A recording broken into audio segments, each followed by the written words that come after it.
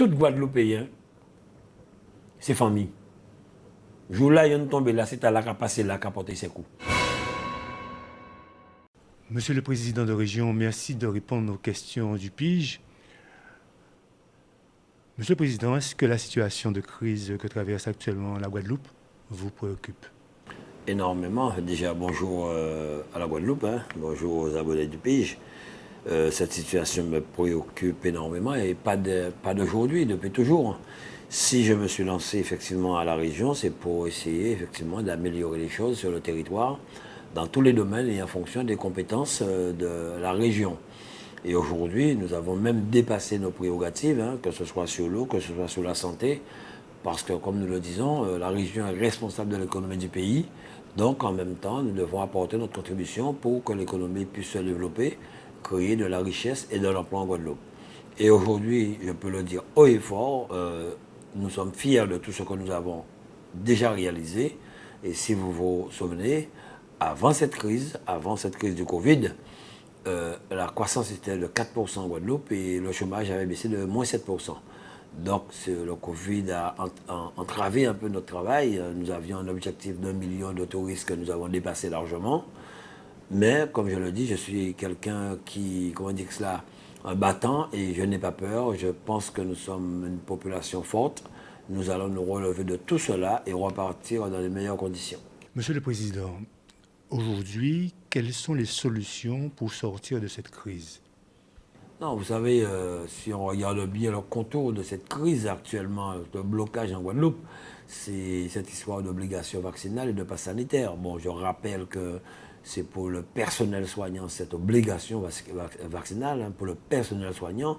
Moi, je l'ai toujours dit que moi, j'ai pris le vaccin, j'ai été conseillé par mon médecin, j'ai de la famille dans la médecine, et je souhaite aux Guadeloupéens de se vacciner, quelle que soit la chose, mais en âme et conscience, en consultant leur médecin traitant. Je suis contre, je l'ai dit, bon, ça peut déranger, c'est ma position. Obliger quelqu'un à faire quelque chose qu'il ne veut pas, j'ai toujours été contre cela. C'est en concertation et en trouvant d'autres solutions qu'on peut faire avancer les choses. Et c'est triste, je le dis, hein.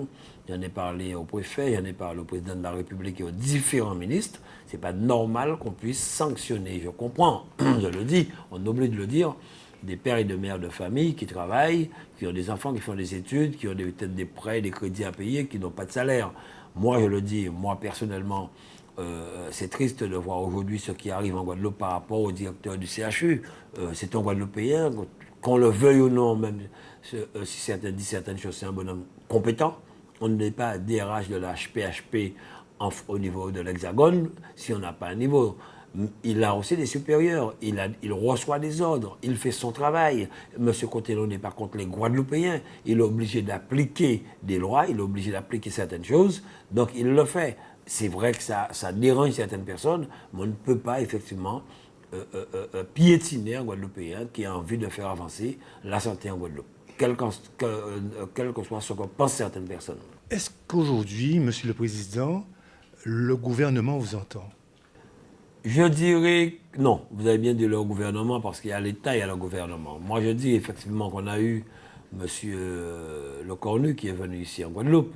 Mais il n'y a pas que le Cornu. Il y a le ministre de la Santé, il y a le ministre du Travail, il y a le ministre de l'Économie, le ministre des Finances. On a de grosses difficultés depuis plus de 40 ans, comme la Martinique, comme d'autres régions ultramarines.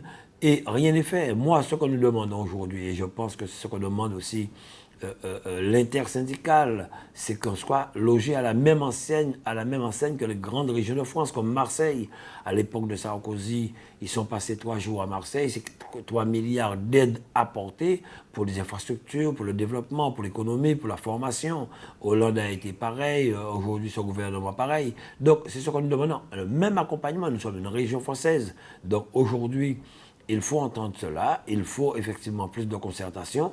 Nous demandons cette domiciliation locale de manière à faire avancer rapidement nos dossiers. Quand vous voyez aujourd'hui, nous avons plus d'1 milliard de commandes aujourd'hui en Guadeloupe, région, département, EPCI, même État, et que nous prenons 2-3 ans pour pouvoir lancer de gros chantiers. Mais c'est trop, je le dis. Quand vous avez par exemple la construction de l'hippodrome d'Anse-Bertrand, plus de 25 millions Ça fait déjà plus de 7 ans que nous sommes dessus. Mais ce sont des jeunes qui ne trouvent pas un travail parce qu'il faut, il faut une équipe espace vert, il faut des techniciens, il faut des électriciens, des plombiers. Ce sont des recrutements qu'il y aura à l'hippodrome. Mais nous stagnons parce qu'il faut encore beaucoup d'études, la loi sur l'eau, la loi sur les fouilles archéologiques. On n'est pas contre cela, mais ce que nous disons, il faut que ça aille plus vite. Les gros chantiers que nous avons, la construction de la deuxième tranche de Bay Bridge, nous avons la construction de gros projets que nous avons, le pont de la Boucan, des études sur l'eau, tout est fait. Il y a de la commande pour que les entreprises puissent recruter les jeunes, parce que nous imposons ce recrutement aux jeunes. Mais il faudrait que nous ayons plus de pouvoir, que le préfet, même aussi, à son niveau, puisse avoir une simplification des dossiers administratifs pour aller plus vite et pour que nous puissions créer de la richesse et de l'emploi par la commande publique en Guadeloupe. Les relations que vous avez avec l'ARS ou le représentant de l'ARS en Guadeloupe, est-ce que ces relations sont bonnes? Je n'ai pas personnellement de problème avec la directive de l'ARS. C'est la seule chose que je dis. On s'est eu encore aujourd'hui, ça m'a fait plaisir. Il ne faut pas attendre qu'il y ait un problème pour qu'on puisse se réunir. Je le disais, aujourd'hui, il y a une réunion du ministre de l'Outre-mer avec les maires. Mais on aurait dû chaque fois, une fois par année, avoir cette réunion, discuter un peu de l'avenir de la Guadeloupe, des problèmes que rencontrent les communes, les maires, sur la jeunesse, sur l'économie, sur le tourisme. C'est ce que nous demandons. Il y a des réunions le mardi avant la déclaration de la ARS et du préfet concernant le Covid, avec les élus le mardi. Mais moi, ce n'est pas ce que je demande. Je demande plus de concertation sur la santé en Guadeloupe. Nous avons fait un forum sur la santé. Nous avons l'eau, où il y a des études sur la potabilité de l'eau, de mer, sur les rivières.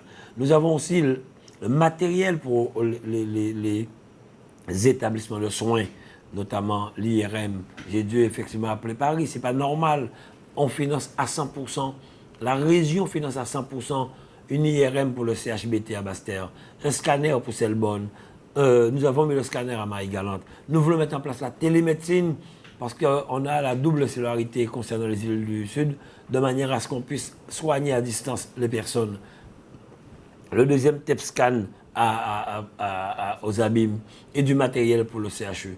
Mais tout cela, on devrait avoir des réunions de travail, ARS, région, département, préfet, pour parler de la santé en général. Les dispensaires en Guadeloupe, rappelez-vous à l'époque, c'est dans les dispensaires que nous allions remettre les dispensaires en fonction, le médecin de proximité, parler de la situation des infirmiers libéraux, des médecins libéraux, tout cela. Il y a des communes où encore il manque l'offre de soins pour que les gens ne puissent pas sortir très loin pour venir à l'hôpital ou aller chez un médecin dans un centre. Voilà, c'est ce qu'on veut, qu'on puisse avoir plus de concertation entre nous pour parler de la santé en général en Guadeloupe. Et pour conclure, Monsieur le Président, si vous avez un message à faire passer à l'ensemble des Guadeloupéens qui vous regardent actuellement. Déjà dire qu'effectivement, que moi personnellement, je comprends ce mouvement parce que nous avons dû ramer, comme je le dis, notamment pour les problèmes de l'eau. Le problème de l'eau aujourd'hui, la région a mis à part 170 millions d'investissements, sans compter ce que nous avons déjà fait. Nous allons livrer Moreau. Concernant les sargasses, les communes, on sait qu'on a peut-être 25 communes en difficulté financière en Guadeloupe, mais les maires sont obligés de piocher, puiser dans leur caisse pour en faire ramasser les sargasses. Chaque fois, on doit trouver une solution avec l'État, avec les spécialistes. En matière de jeunesse, pareil, nous avons beaucoup fait pour la jeunesse. Et je le dis, les jeunes, effectivement, des fois, vont sur les réseaux sociaux, mais ne regardent pas. Je demande aux jeunes d'aller sur le site de la région, service formation. Ils verront tout ce que nous avons mis en place. Aujourd'hui, au moment où je vous parle, il y a 5 millions pour les jeunes. Nous avons déjà rencontré, accompagné avec M. Paul Napri, Mme Sylvestre, qui sont sur le terrain. J'ai mis une équipe sur le terrain qui doit passer dans toutes les communes de la Guadeloupe pour aller vers les jeunes. Ni bitin pour eux, ni formation. On fait passer le permis pour aller. J'ai rencontré un jeune qui me dit il veut passer son permis. On a dit mais ça existe, le permis pour aller, le permis VL, les formations. Nous accompagnons les jeunes qui veulent être pilotes, les jeunes doctorants. Il y a des formations qui sont prises en charge par la région, les accompagner. Nous sommes en train, bon, le Covid nous a freiné, nous étions en train de mettre en place des courses à l'emploi pour trouver des contrats d'alternance, des contrats de professionnalisation pour les jeunes. On peut permettre, aujourd'hui, mon lac avant sorbet là, ni on aide puis acheter sorbetier. Il n'y a aide pour ces petits bouquins qui voitures là, pour acheter carrochère, pour acheter aspirateur. Je le dis, je le répète, pour acheter friteuse, pour ces caravane frites là. Nous avons mis, ça n'existait pas. Il y a beaucoup de choses en matière d'infrastructure sportive. J'étais à Pointe-Noire, j'ai vu des jeunes qui n'avaient pas, j'ai appelé le maire de Bouillante. On a commencé un complexe sportif pour eux du côté de l'hôpital Maurice-Elbonne. Nous avons budgétisé 10 futsal pour 20 futsal pour 20 communes et je dois rencontrer des jeunes de carénage pour qu'ils puissent me montrer un terrain et ensuite voir le maire. Donc nous sommes là, les gymnases Marie-Galante, Monalo, ça va exister, nous faisons Bayo, nous accompagner pour lui, par tennis stade football, c'est voté, c'est budgétisé, 4 millions d'euros, on a fini Pointe-Noire en matière de sport, en matière de culture, 11 films financés. La région fait le travail, mais comme je le dis, c'est ensemble. Et c'est pour cette raison que cette année, ça fait quand même juillet à novembre, ça fait 5 mois, nous avons mis en place des commissions extra-municipales citoyennes de jeunesse et surtout la première fois ça existe au niveau national, une commission extra-municipale pour les personnes en situation de handicap. C'est parce que nous voulons moun venir parler et c'est Antoine Chérubin qui va présider cette commission citoyenne. On va appeler certaines personnes pour qu'on puisse discuter de l'avenir de la Guadeloupe, comment nous avancer ensemble. On a la volonté, j'ai la volonté, je veux faire, je veux me donner. Je prendrai des cours, je sais pourquoi. Mais comme je le dis, nous faisons un maximum.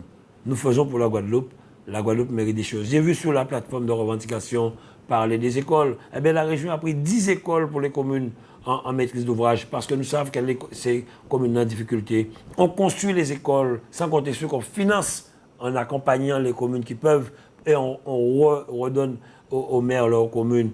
Pour les déchetteries, c'est pareil, il y en a 16 que nous prenons beaucoup de choses en charge. Nous qui avons fait la RIB à ces communes, on a pris une délibération, quelle qu'en soit. Ce n'est pas de notre compétence, mais c'est la Guadeloupe. Ces communes, nous faut nous accompagner. Et en cas de ça, nous qui faisons ça, il faut pour ça. Les élus sont mobilisés, les élus travaillent pour cela, la région travaille, nous qui nous un maximum. Mais je le dis aujourd'hui, après cela, il faut que ça se calme, il faut qu'on ait plus de concertation avec les organisations syndicales, moins qu'à faire.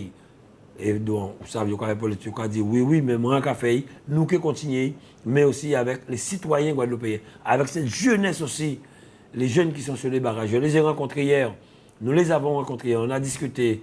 Et effectivement, ils nous ont promis, et je comprends, parce que sur les barrages, il y a beaucoup de jeunes qui aussi ont été licenciés parce qu'ils n'ont pas leur passe sanitaire ou la vaccination dans les hôtels qui travaillent, dans les centres médico-sociaux, dans les EHPAD. Eh bien, à pas des jeunes qui viennent là comme ça, ni des gens qui ont pour travailler aussi. Donc, il faudrait que ces jeunes-là, qu'on puisse les rencontrer. Et moi, personnellement, j'ai déjà commencé, j'irai encore sur le terrain à la rencontre de ces jeunes pour leur expliquer, leur dire ce qui existe. Et ce sont des jeunes que j'ai mis à leur disposition. Il faut la Guadeloupe avancer, nous qu'avancer. Nous sommes un peuple qui est fort. J'ai confiance en la Guadeloupe. Donc, il ne faut pas certains gens qui disent n'importe quoi, à qu'à comprendre, mais pas oublier en temps qu'ils finissent ça. Tout Guadeloupéen, c'est famille. Jour là, il y a une tombée là, c'est à la qui a passé là, qui a porté ses coups. Et là où il a souffert, en cas dit, moun là qui a passé là au besoin. Alors, en cas dit, faites attention à eux, prenez soin à eux. Et c'est les barrages, laissez les voitures pompiers, ça a mieux passé parce que, ou pas connaître qui est en voiture là. Vous cabaret, ça peut être Simona, ça peut être maman, tonton, qui font un AVC ou pas t'éveiller mort. Pas entrer en bas des gendarmes, pas chercher bab pour nous plairer les mains. En cas de comprendre le mouvement là, il faut définitivement l'État français prendre en compte la Guadeloupe, quand il prend à Marseille, quand il prend dans toutes les autres régions et pour toute la région ultramarine.